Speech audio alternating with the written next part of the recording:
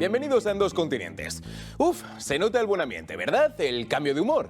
Parece que todos estamos ahora un pelín más contentos que de costumbre. ¿Y por qué? Por la llegada de la primavera. No es la estación favorita para los alérgicos, eso desde luego, pero sí es un impulso de felicidad para la mayoría de la población de nuestro planeta. Los árboles se tiñen de verde, las flores aparecen para decorar el ambiente y sobre todo se acabó el frío invernal. Sí, las temperaturas máximas varían dependiendo de la localización en la que se encuentren, sin duda, pero es innegable que pese a las lluvias que se espera que lleguen en esta estación, el calor también ha hecho lo propio. Eso sí, no se engañen, porque no hay lugar más caliente ahora mismo que Francia. Sí, Francia está en llamas. La reforma de las pensiones llevada a cabo por Emmanuel Macron no ha gustado demasiado. Para aquellos que aún no hayan oído hablar de ella, la cosa es sencilla. Macron ha decidido pasar la edad de jubilación de los franceses de los 62 a los 64 años. Una decisión que ha provocado manifestaciones a nivel nacional y sí, incendios, disturbios y protestas por todo el país. Ante esta fuerte determinación del pueblo francés, Macron ha concedido una entrevista en la noche del miércoles. Una entrevista en la que, si pensaban que el presidente de la República Francesa iba a recular, piénsenlo mejor. Digo esto responsablemente, no deseo ser reelegido, no puedo, lo dice la Constitución. Pero entre las encuestas inmediatas y el interés general de Francia, me quedo con el interés. Y si al final tengo que soportar la impopularidad, lo haré. Sí, si debo ser el político más odiado del mundo, lo seré. Haré lo que haga falta por el pueblo francés. Las encuestas no importan. Porque no puedo presentarme otra vez, lo dice la Constitución. No hay forma de cambiar eso, ¿no? No. Pues eso. Lo que sea por mis ciudadanos. Y sí, el discurso de Macron se basa en que esta medida, por polémica que sea, es necesaria. Y por ello, no importa tanto la voluntad del pueblo francés, sino lo que este pueblo realmente necesita.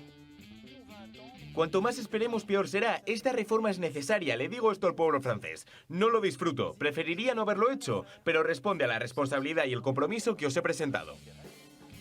Y eso, damas y caballeros, es la definición literal de la palabra mentira. Macron ha asegurado, por activa y por pasiva, que esta medida se había llevado a cabo por el pueblo francés. Y vale, puede ser que el presidente realmente piense eso. Pero de lo que no se da cuenta es que ese no es el problema. No es una medida que quiero tomar, ha asegurado. Mentira. ¿Y saben por qué? Porque el problema no es que haya llevado esta reforma a cabo. El problema, la razón por la que Francia está ahora en llamas, es porque ha sido una decisión que ha tomado Macron, solo Macron, sin que dicha medida haya sido votada por el Congreso. Y ese es el asunto. Es una decisión unilateral, que solo ha dependido del presidente de Francia. No ha permitido que el resto de congresistas hayan podido expresar su opinión al respecto. Solo él ha decidido tomar esta decisión.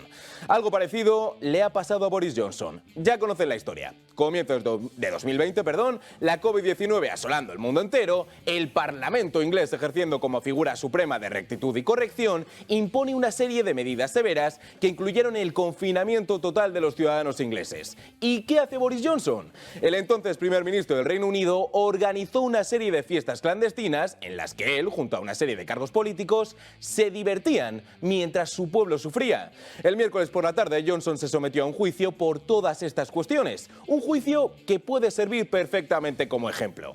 Como ejemplo de testificación desastrosa por parte de un acusado. Bien, abróchense los cinturones que nos espera un viaje curioso. Comienza el juicio. Boris, acusado de romper las normas establecidas por el Parlamento. ¿Y cómo contesta? Bueno, te preguntó sobre la norma en el momento. Sí, y te digo que la norma es... Mira, lo que tienes que entender es que cuando miré a ese grupo, no se me ocurrió por un solo segundo que estuviéramos rompiendo las normas, teniendo en cuenta las dificultades logísticas que nos encontramos en el edificio número 10 y la necesidad de tener reuniones urgentes como estas.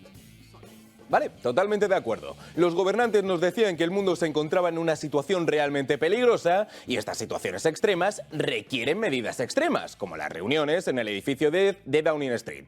Fantástico, pero a la vez estas reuniones iban contra la norma. No hablábamos de encuentros entre las 5 o 6 figuras más importantes del Reino Unido. El número de invitados era mucho más alto. ¿Cómo respondió ante eso Boris Johnson? Es justo decir que no afirmaste hacer todos los esfuerzos posibles para acatar las normas de la Cámara de los Comunes y no dijiste... No, lo que digo es que seguimos las normas completamente, porque no puedes... Ahora hablaremos de esto, pero no puedes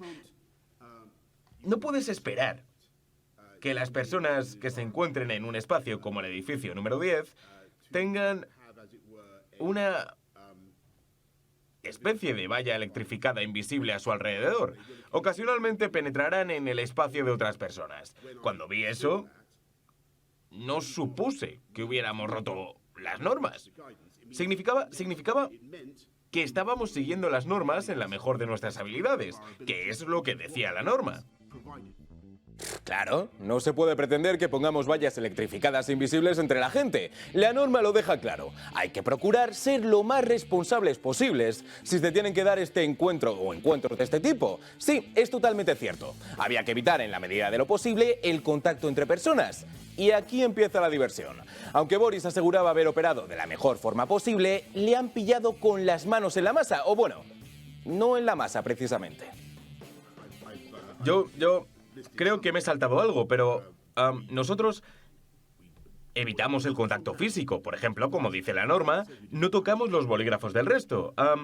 No nos pasamos cosas si podíamos evitarlo. Mantuvimos el... Yo no quiero decir que lo hicimos perfectamente. Sí, pero os pasasteis bebidas, que lo hemos visto. Por supuesto, y es la norma. ¿Qué ha pasado ahí? Boris estaba realmente confiado, ¿no? Tenía toda su defensa cubierta. Se había arreglado el pelo, puesto bien guapo, preparado su voz aterciopelada y profesado el «hemos hecho todo lo posible. Ni siquiera nos pasamos los bolis».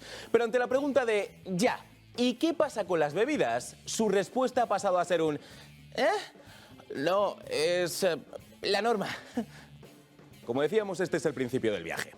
Había ocurrido lo que menos le interesaba a Johnson que pasara, que le pillaran con las manos en la copa. Toda su defensa a la basura. Por mucho que no se pasen los bolígrafos, entiendo que entregarse el beefeater de unos a otros no termina de ir a favor de las normas. Bien, siguiente error.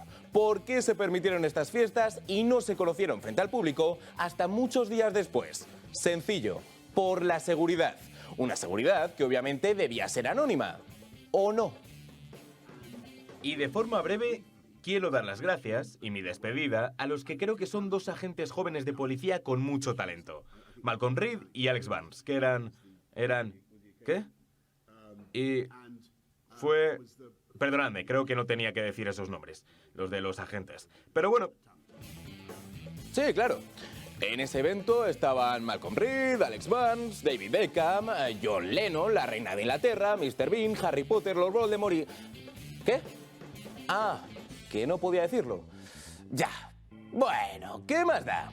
No, Boris, no da igual, porque estás incriminando a gente que literalmente puede soltar una cantidad de información sobre ti que sospecho que no te termina de interesar.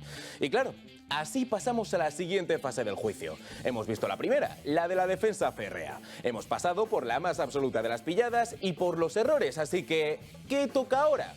Exacto, la fase del enfado. Yo pregunté, de verdad, mira, esto es un sinsentido. De verdad, un sinsentido. Pregunté a la gente relevante.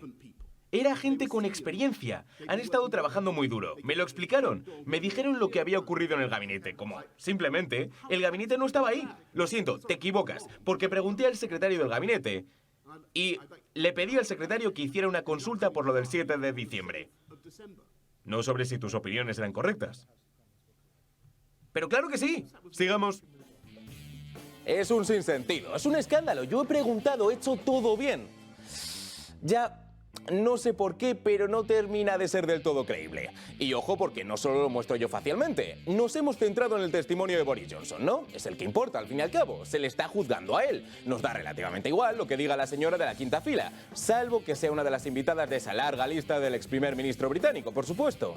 Pero hay algo que nos interesa.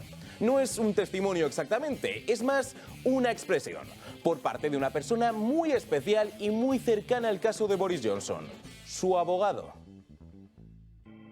Pregunté a la gente relevante. Era gente con experiencia. Han estado trabajando muy duro. Me lo explicaron. Me dijeron lo que había ocurrido en el gabinete. Como, simplemente, el gabinete no estaba ahí. ¿Dirías que es una caza de brujas o un informe adecuado? Es la pregunta. Yo esperaré a ver qué hacéis con las pruebas que tenéis, pero no...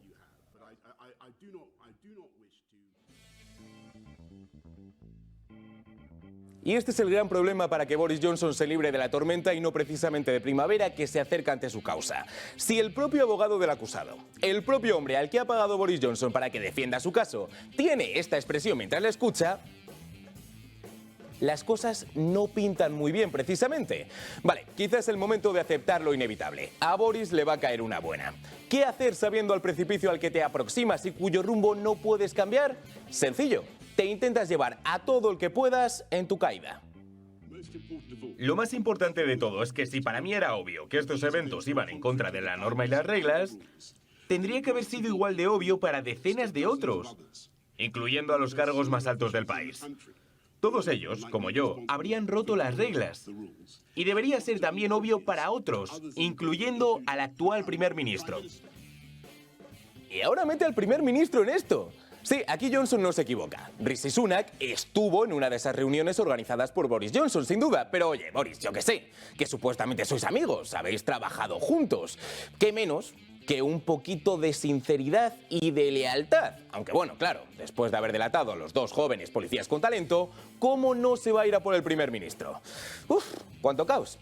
Sí, puede que Reino Unido no esté en llamas como Francia, pero está viviendo un caos político tan solo unos días después del Gran Día de Irlanda, de la gran conmemoración en la que los irlandeses gritan orgullosos: na na na na na na, adivinad quién sigue siendo independiente. Sí, la semana pasada Irlanda celebró el Día de San Patricio, una ocasión de fiesta, ojo, no solo para Irlanda, sino también para Estados Unidos. Son muchos los irlandeses que emigraron al país de las oportunidades para brillar. Entre ellos el famoso cantante de pop Niall Horan, que quiso felicitar al pueblo irlandés así. Hola chicos, soy yo. Solo quiero desearos un feliz San Patricio desde la Casa Blanca de mi parte. Y de mi parte también, estoy en la Casa Blanca de vez en cuando. Me alegro de que esté aquí, me alegro. Feliz San Patricio. ¡Feliz San Patricio! Ahí está Joe Biden, claro que sí, apareciendo en un vídeo de TikTok. ¿Pero no querían prohibirlo en todo el país? Bueno, parece que no es así si estás con una estrella del pop. Y así fue. Horan dio una actuación en la Casa Blanca que llevó a que Joe Biden, no sé si con tantas cervezas como un irlandés, le expresara su origen con todo lujo de detalles al cantante. Cuando cantas, incluso aunque nunca he vivido en Irlanda, sí he pensado en los lugares en los que he vivido. Con mis abuelos en Scranton, cuando Scranton murió. Bueno, no murió, pero se fue a la porra. Nos mudamos desde ahí. Creo que es increíble lo que hace la música. Sí, es verdad. Pero hay que entender a Joe Biden. Es un hombre realmente apasionado. En cuanto se habla de algo internacional, es imposible que el presidente de los Estados Unidos no salte como un resorte para averiguar qué es lo que está ocurriendo. ¿Y por qué? Porque a Joe Biden le chifla lo internacional. Es un hombre realmente preocupado por todo lo que ocurre fuera de sus fronteras. Algo que explicaría por qué ha visitado Ucrania y no East Palestine, donde ha descarrilado un tren norteamericano. En fin, a lo que íbamos, que a Biden le encanta lo internacional. Y ojo, que no lo digo yo, lo dice el que desde ayer ya es nuestro amigo, John Kirby. Mirad, no conocí al presidente antes de comenzar este trabajo, pero he podido conocerle. Y os diré que tiene un toque muy fino, especialmente en la política y seguridad internacional. Hace preguntas geniales. Claro que sí, Joe Biden es un gran estudiante de los asuntos internacionales y hace preguntas geniales. ¿Y quieren saber por qué? Sencillo, si ya nos avisó, porque podía ser irlandés, pero no estúpido. Sois los mejores, gracias. Puede que sea irlandés, pero no soy estúpido. Y debe ser que a la gente no le terminó de quedar claro, porque el año pasado, en la conmemoración de la fiesta de San Patricio de 2022, Joe Biden volvió a insistir. Puede que sea irlandés, pero no soy estúpido. Me casé con la hija de Dominic de Apolis. Sí, y además aprovechando que era San Patricio, ha querido callarme la boca. Hemos dicho que este año, en la celebración de esta fiesta, Biden ha contado un relato a Niall Horan que estaría solo a la altura de algunos que se toman este día de forma muy intensa. Pues no con Joe Biden. Soy el único irlandés que nunca se ha tomado una copa, así que estoy bien. En realidad no soy irlandés. Por supuesto que no. Joe Biden no es de los que bebe. Joe Biden puede ser irlandés, aunque no estúpido, aunque en realidad no es irlandés. O sea, ¿que no es irlandés? En fin, como decíamos, para poder hacer buenas preguntas hay que estar realmente versado en un tema. ¿Y cómo se consigue tal dominio? Sencillo, leyendo, o como le ocurre a Joe Biden con la cultura persa, estudiando. Mirad, La cultura persa es increíble. Estudio la cultura persa, no la practico, la estudio. Veremos cómo estudian los políticos a nivel internacional en un nuevo programa en 2 continentes en el que hablaremos sobre Estados Unidos y todo lo que ocurre a su alrededor. Solo aquí, en El Toro Televisión. Hasta entonces.